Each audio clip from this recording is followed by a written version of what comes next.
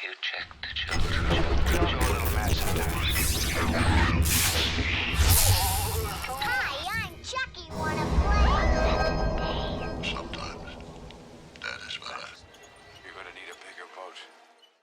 Hello there, Fright fans. Jaime and Fuego here, and welcome to the horror show. And this is going to be another briefer patron review, and this is one that was another poll winner, and I believe it was the December poll, if I recall correctly. So yes, I know it's many months later, but there's been a lot of stuff going on with Dylan's New Nightmare, and that is about to premiere very, very soon. And I've also been busy with returning to Arizona State for film and media studies, and so it's nice to get caught up on some of these finally. And this is a New Zealand film that I saw, boy, it must have been at least a year or two ago. I think I saw this on the festival circuit during the pandemic, and it is currently streaming on Netflix. It's called Coming Home in the Dark. And this film has some messed up stuff to it. Gotta say, not full-on horror, definitely more of, I think Wikipedia probably would classify it as like psychological thriller or something like that. Kind of some home invasion-y aspects, even though it's not, there's no home, but so you've got this family at the very beginning of this film. Both of the parents are teachers, and they have these two sons. One seems to be the good son for you Macaulay Culkin fans, and then the other one is the opposite. And so, but yeah, they're teenagers, and they're on holiday, and they're going out to this spot to like kind of picnic and hike and so on and so forth, and they end up running afoul of two very despicable pieces of trash. And without spoiling stuff, there is something very eye-opening that basically starts this film in like the first 15 or 20 minutes, and it is a shocker. It sets the tone, though.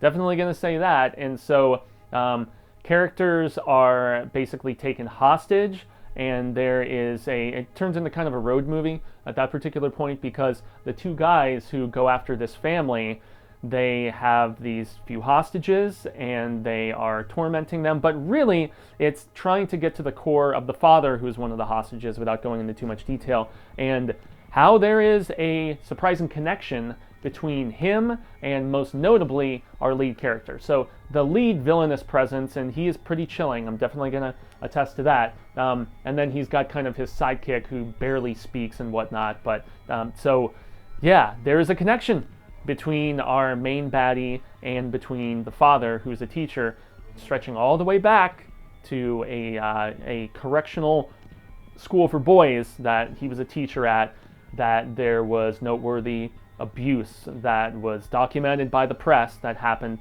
at this particular place. So there's a connection there. There is a reason for revenge that kind of reveals itself over the course of the film. And that's where I don't really want to go into too much, because it's about these characters trying to escape, that have been taken by these terrible pieces of shit. But it really, it shows a little bit more nuance, and it's a little more shade of gray in the fact that, certain characters are not as awful and certain characters are not as virtuous. And so this film from New Zealand really plays masterfully into that sort of gray area, and just your misgivings about certain characters, but also sympathies to some of their motivations. And so it is tremendously acted all across the board, and just that particular nuances I mentioned of certain characters, and being able to just hate them but yet also understand their perspective, and then also, as those that we're rooting for,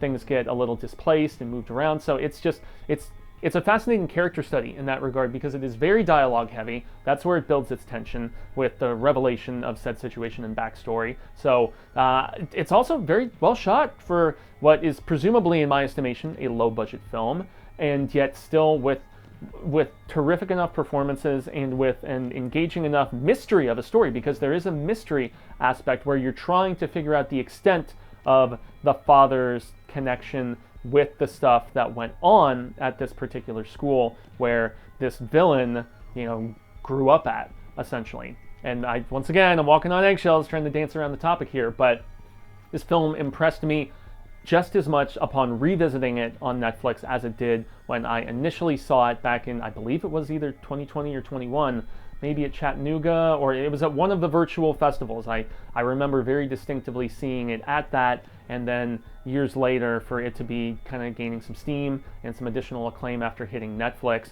I was quite impressed with this film, and yes, it builds its tension very masterfully. I have to definitely check out what this director, if anything, has done previously or has in the developmental process going forward. So yes, Coming Home in the Dark, the December poll review. This is one where there's less for me to say, unfortunately, because of the said fact that I don't want to reveal how this all plays out, who survives, who does not, because there is that sort of thing going down, and it's pretty cathartic in its conclusion and in its finale, and it's, for me, quite satisfying. I will say there's kind of a One Flew Over the Cuckoo's Nest bit of vibe that kind of goes on, and for those who have seen it, you'll know what I'm talking about.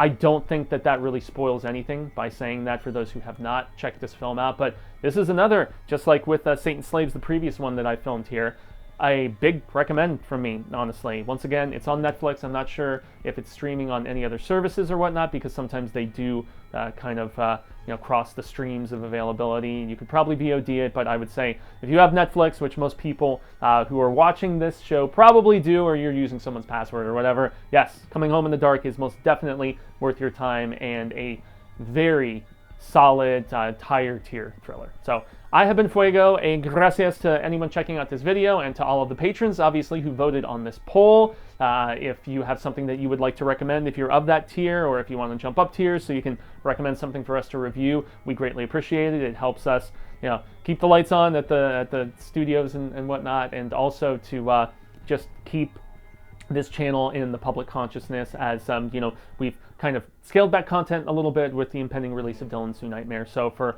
all of the supporters here, we appreciate the hell out of y'all. And yeah, I'm moving on to the next review here today, so check that out here on the Patreon stuff. So until then, Fright fans, I've been Fuego, and y'all have been Rad Status. And until we meet again, stay scared.